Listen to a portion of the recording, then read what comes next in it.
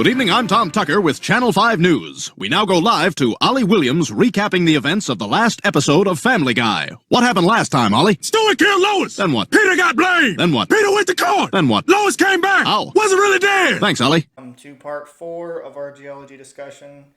Today we're going to be talking about the degree of weathering, how it describes the effects of the elements upon the rock, decomposed to soil, just weathered rock, fresh rock.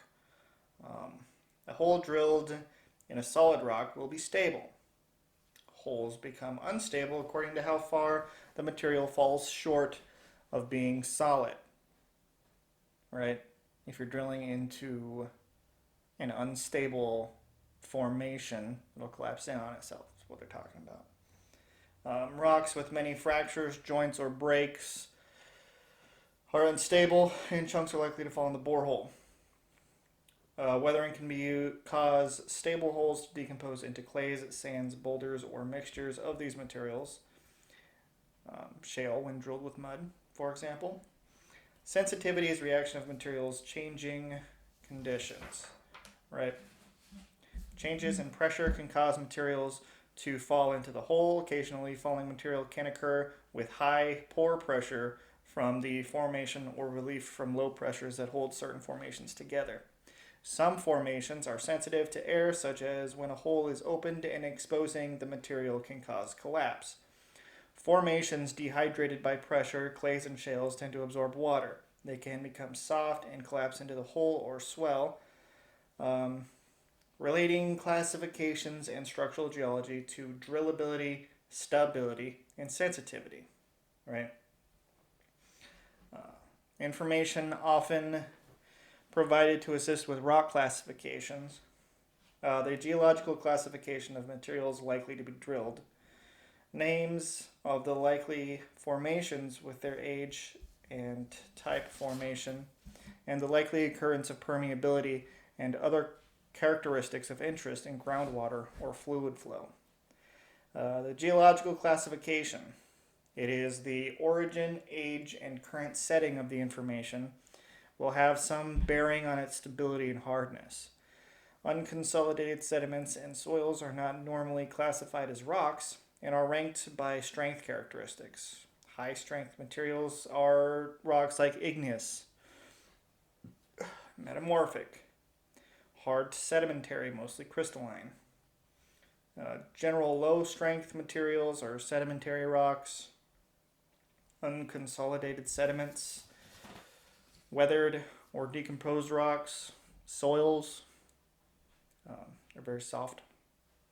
Distinction between foliated and non-foliated metamorphic rocks. Foliated rocks such as slate, schist, and gneiss have a distinct cleavage, slate, or banding, schist and gneiss. Schist and gneiss are typically less strong than comparable igneous rocks. The crushing strength depends on the orientation and foliations. Such rocks can be weak when parallel to the foliations, but resistant when perpendicular. Schist can have elasticity that reduces the drilling force effectiveness, and slates shatter relatively easy, which is different from the behavior of shale. The presence of foliations and folds in such rocks can create drilling deviation problems. Non-foliated metamorphics are exceedingly dense and strong, with very high compression strength. Here. Adamowski, Adamson, Here. Adler, Here. Anderson, Anderson, Here. Bueller, Bueller, Bueller, Bueller. He's sick.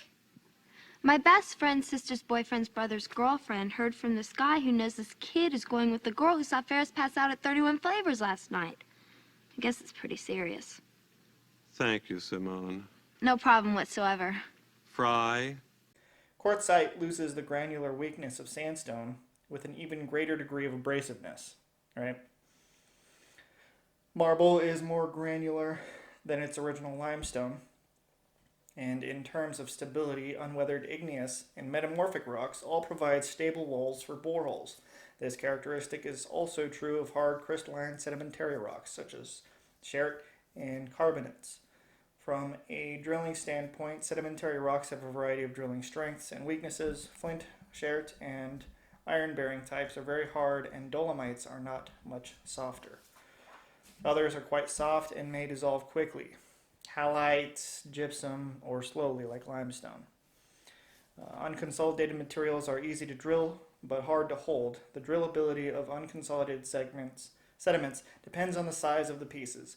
Boulders offer some of the most difficult drilling possible, therefore they are somewhat broken up or pushed aside. Gravel, unconsolidated materials of smaller sizes are stirred and excavated, washed up the hole. These formations have a high durability but poor stability. Sedimentary rocks are usually unstable and have mainly good drillability, but are abrasive. Sand and siltstones are usually stable but can be weathered. Clays and shale are often water sensitive. All right. And now, geologic age. Classifications by geologic age. The hardness of a rock often bears relationship to its age. The older it is, the harder it is, right? Older rocks simply have more chance of being toughened, folded, and fissured. Weathering can soften older rocks. If a rock has been around for a long time, it is likely to be harder than a younger rock, particularly if it has been subjected to pressures imposed by being deeply buried. All right, thank you very much for listening. That is it. It is over. This has been part 4, and we're done with geology for now. I am so happy you watched these. If you watched them, great. Thank you so much, and we'll see you next time.